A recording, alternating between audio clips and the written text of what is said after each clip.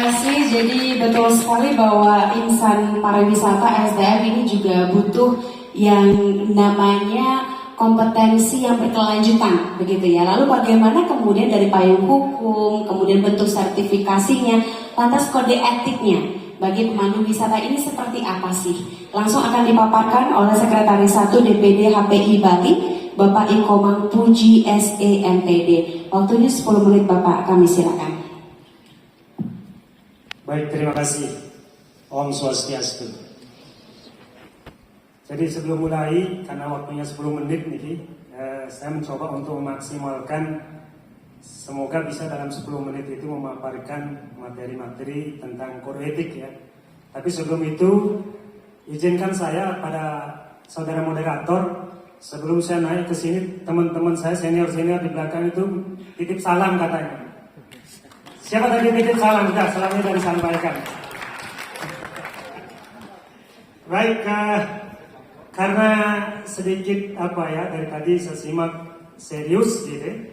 Jadi dari sisi kepemanduan kode etik, sebelum melanjutkan dalam kesempatan ini, kalau tadi Bu Gung Pera mewakili Kepala Dinas Pariwisata, Bu yang namanya dirahasiakan mewakili Kepala Dinas PTSP, Pak Putu Sarjana mewakili Rektor, Pak Sutapo mewakili Direktur LSP. Nah, kalau saya ini mewakili teman-teman saya semua ini. Duh, mereka tepuk tangan. Kenapa saya mengatakan mewakili mereka semua? Karena mereka itu sebenarnya rata-rata lebih senior dari saya, gitu. Rata-rata. Tetapi dalam kesempatan ini mereka, teman-teman saya, senior-senior saya mau datang hadir mengikuti kegiatan pembukaan acara talkshow dalam kompetensi ini.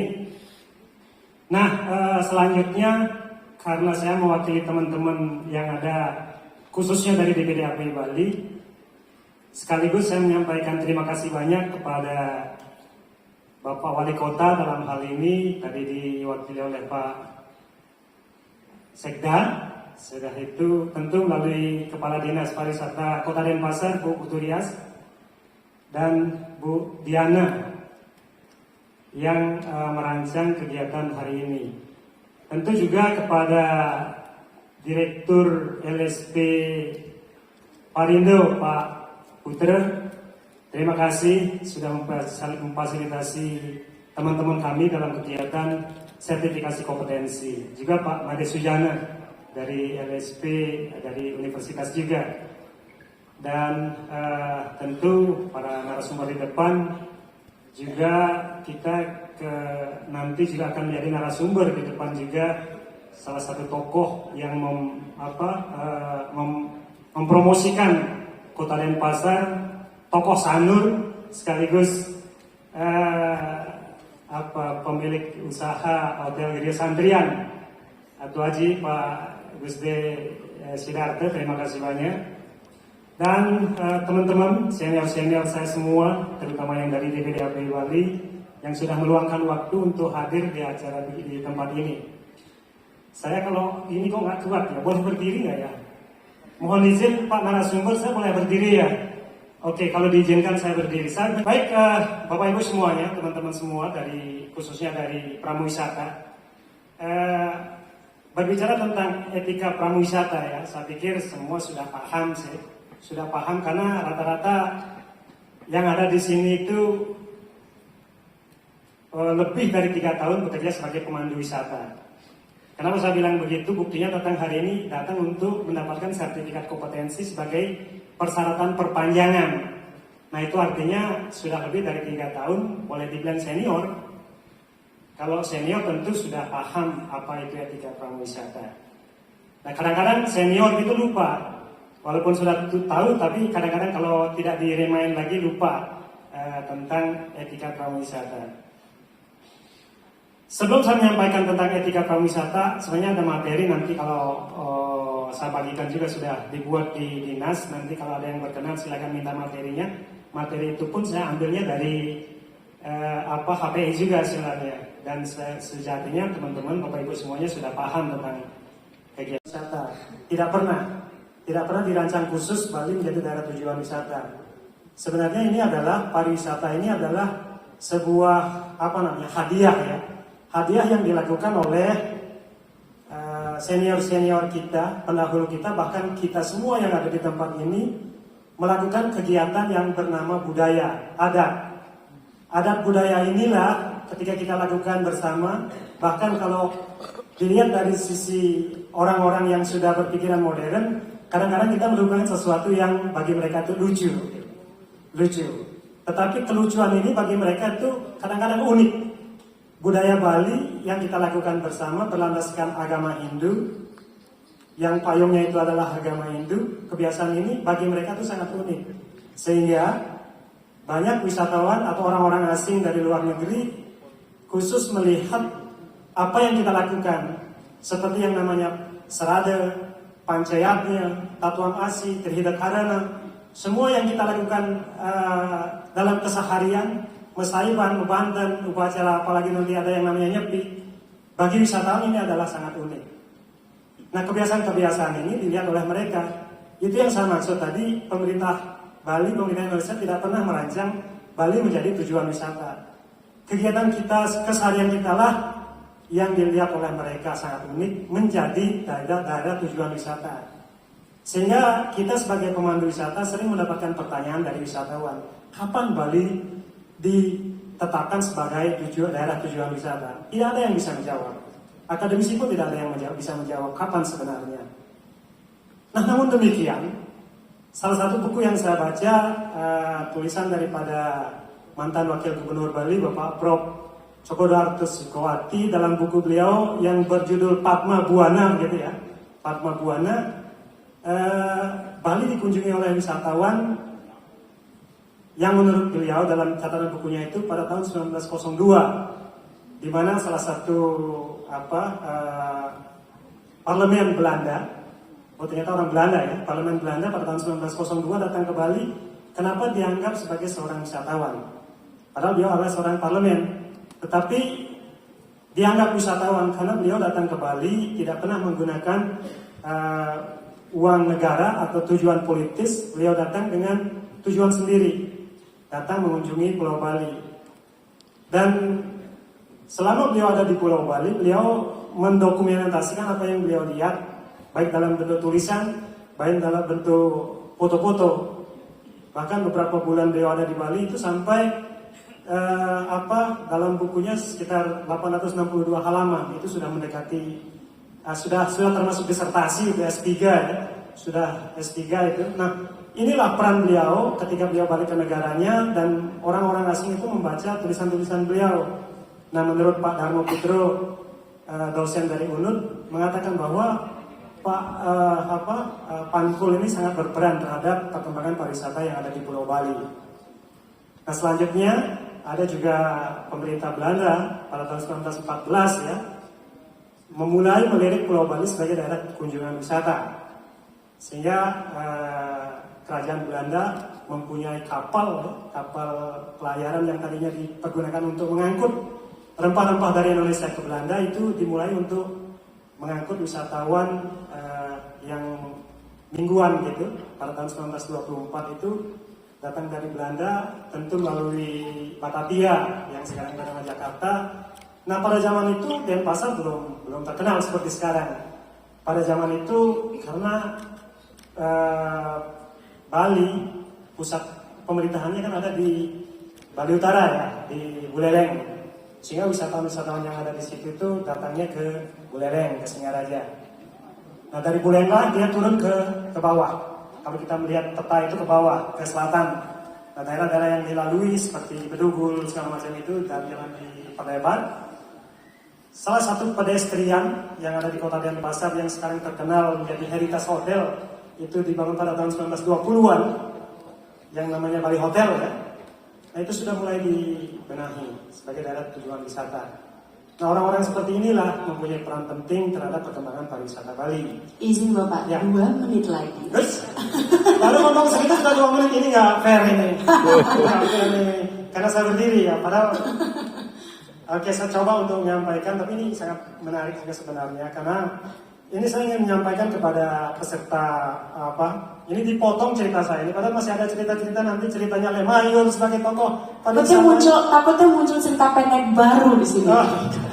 Lalu peluncuran buku takutnya. Lemayor itu seorang pepraktisi budaya, melihat kecantikan salah satu seperti beliau ini siapa namanya yang dari Klandes itu. Ini Polok, kan orang senior semua ini, baru saya ngomong situ udah tahu, ini Polok gitu. Nah itu di Peristri sekarang membuat menjadi museum di Lemayor di sana. Seperti ada pelukis-pelukis Walter Spies pada tahun 1927-an. Dan selanjutnya Bali Beach dibangun, dan setelah itu baru pada tahun 1972 baru dirancang Bali menjadi daerah tujuan wisata. Itu dirancang Bali Selatan yang bernama ITDC sekarang. Bali Tourism Board, BTDC, sekarang menjadi ITDC. Nah itulah perjalanan pariwisata Bali. Nah di situ muncullah seorang pemandu wisata yang namanya tukang antar turis, belum bernama guide. Gitu. Tukang antar turis mencari pekerjaan di Bali Hotel yang saya bilang tadi, di Bali Beach, setelah itu ke Tuban mencari wisatawan karena belum banyak ada yang namanya BPW seperti sekarang. Nah setelah singkat cerita karena 2 menit mudah-mudahan bisa diperpanjang sedikit, barulah di Bali ya karena sudah banyak wisatawan berkunjung, maka dirancanglah yang disampaikan tadi Bu Bung Tera perda-perda tentang prawisata. Perda prawisata nomor 2008 ya, nomor 5 tahun 2008 itu bahkan salah satu persyaratan dari sisi akademis itu adalah D3. Kenapa dari sisi akademis dibuat D3 itu? Karena yang diantar itu adalah kadang-kadang orang-orang yang mempunyai wawasan bagus tinggi, kadang-kadang orang profesor, peneliti yang datang dari luar negeri berkunjung ke Bali, maka perlu dibuat dari sisi akademisnya D3. Dan sekarang sudah dirubah menjadi Perda 5 2020 tadi dibilang, yang sebelumnya Perda 5 2016 itu mengatur tentang prawisata. Saya akan bercerita tentang masuknya. Tadi sudah Pak Sutarto mengatakan sertifikasi kompetensi. Sebenarnya kita semua ini adalah orang-orang yang kompeten. Karena saya bilang tadi bercerita tentang perjalanan wisata, guide-nya sudah ada. Baru tahun 2012 itu masuk yang namanya PP 52 tahun 2012 tentang sertifikasi profesi, tentang sertifikasi usaha. Nah mau tidak mau tadi Pak Sutarto mengatakan bahwa kita bagian daripada profesi masuk di ranah tersebut walaupun dikatakan bukan bagian daripada NRA. Tetapi mau tidak mau sebagai pengakuan ikut uji kompetensi. Saya menyampaikan di sini karena kita jarang-jarang ketemu ya. Ada pemahaman pemikiran di lapangan. Ketika saya ikut uji kompetensi saya tidak mendapatkan ilmu apa-apa. Ini tidak salah tetapi sedikit keliru. Kenapa saya bilang begitu? Uji kompetensi itu adalah untuk mendapatkan pengakuan yang disampaikan tadi itu adalah sertifikat kompetensi. Namun sebenarnya kita ini semua adalah orang yang sudah pintar-pintar, sudah kompeten semua. Tetapi kompeten ini perlu diakui. Apa yang mengakui adalah BNSP melalui LSP atas perintah daripada BNSP. Nah sehingga ketika ada uji kompetensi apa yang disampaikan tadi, kalau caranya tadi sudah disampaikan dengan jelas, datang. Karena kita semua ini adalah orang kompeten semua. Tetapi tidak ada pengakuan.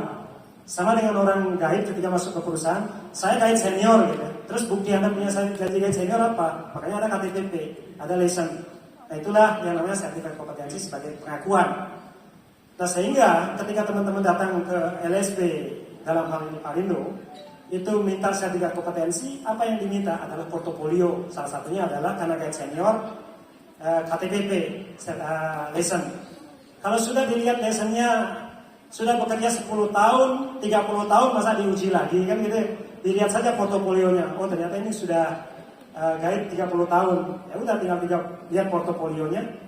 Maka bisa diterima yang namanya penilaian tindak lanjut, PTL ya, penilaian tindak lanjut. Tetapi kalau Anda meragukan, ada beberapa metode yang mereka gunakan gitu. Ini mengaku guide sudah 30 tahun, tetapi bukti yang menyatakan dia guide sebagai 30 tahun itu apa gitu. Makanya di situ ada yang namanya metode-metode wawancara oleh asesor. Coba Anda buktikan kalau Anda memang guide 30 tahun ketika Anda jemput di airport, gimana cara Anda untuk menjemput? Nah inilah metode-metode yang mesti harus dipahami oleh teman-teman semua. Di situ itu bukan untuk belajar. Kalau uji kompetensi bukan untuk belajar, tapi untuk mendapatkan bukti yang namanya sertifikat kompetensi. karena kita dipersyaratkan oleh di PT DPM-PTSP sebagai salah satu persyaratan, mau nggak mau untuk saat ini bersabar sehingga nanti mudah-mudahan persyaratan itu bisa dihilangkan dari aturan dari pemerintah. Nah, menyangkut tentang kode etik tadi disampaikan oleh Bu Gung Pera, menyangkut tentang pungutan sekarang kepada wisatawan 150 ya ketika masuk Pulau Bali. Ini juga sering terjadi pemikiran yang kepada teman-teman yang belum kompeten di lapangan mengatakan kok wisatawannya disuruh mungut, tata caranya belum bagus. Kadang-kadang dia menjelekkan pemerintah Bali. Ada kebocoran-bocoran atau bisa mengatakan uangnya nanti jangan-jangan dikorupsi. Ini dari etika kepemanduan kurang benar. Maka salah satu etika yang ada di 10 kode etik kepemanduan adalah tidak boleh menjelekkan negara baik dia negara pusat, negara provinsi, sampai ke bawah. Tidak boleh menjelek-jelekan seperti itu. Jadi kalau ada pungutan ya sebagai tanggung jawab kita sebagai seorang pelaku wisata, apa yang menjadi perintah aturan pemerintah ya kita laksanakan semaksimal mungkin yang kita bisa lakukan. Kalau tidak bisa lakukan, tentu pemerintah mempunyai jalan lain untuk itu. Nah, masalah kode etik lainnya, etika-etika yang lainnya, seperti saya yakinlah semua teman-teman kalau memang belum paham tentang itu bisa dicari di HPI tentang kode etik, tidak boleh menjelekkan pemerintah, tidak boleh menjelekkan kolega dalam hal ini perusahaan gitu. Perusahaan atau partner kita siapa? Mungkin transport driver, sudah itu siapa? Mungkin anggotanya PHRI, hotel. Oh ternyata hotelnya di wilayah Denpasar itu mahal-mahal umpamanya atau kotor-kotor begitu. Nah inilah cara-cara kita sebagai pemandu wisata yang kompeten, senior, kompeten ini menceritakan kepada wisatawan apabila masalah harga gitu ya, harga mahal itu tentu kita tidak bisa melihat dari sisi nominal saja. Pasti ada hal-hal di dalamnya yang menyangkut tentang itu. Dengan harga itu berapa yang didapatkan, apa yang dimiliki. Sama dengan saya sebagai kepemandu salah satu profesi pariwisata ya. Ketika wisatawan membeli optional tour gitu ke tempat saya tidak pernah mengatakan bahwa optional tour itu adalah mahal. Kenapa? Kenapa tidak mahal? Karena Anda mendapatkan pelayanan salah satu guide senior anggota DPD API Bali gitu. Izin Pak Komang, waktunya sudah. Mari kita lanjut sesi diskusi. Oke. Karena ini penting nanti dalam kesempatan ini ada Bu Gung Pera sebagai Dinas Pariwisata Provinsi, ada DPM-PTSP, dan yang lainnya silakanlah. Nanti untuk masalah kode etik kita diskusi lagi di kantor. Jadi untuk itu karena ini disesak juga, saya ingin banyak cerita ini, tetapi karena dipotong oke lah. Setelah itu waktu saya kembalikan. Terima kasih Bu Moderator. Terima kasih luar biasa. Ini memang betul-betul ya Bapak Komang Puji ini adalah wakilnya pramuwisata sekali. Karena panjang kali lebar kali tinggi sekali kita sudah dijelaskan bahwa kode etik dari pramuwisata itu adalah mengikuti payung hukum yang ada, jalur yang disediakan, tidak melanggar ya Pak ya, agar pariwisata ini bisa berjalan dengan aman, nyaman dan sejahtera.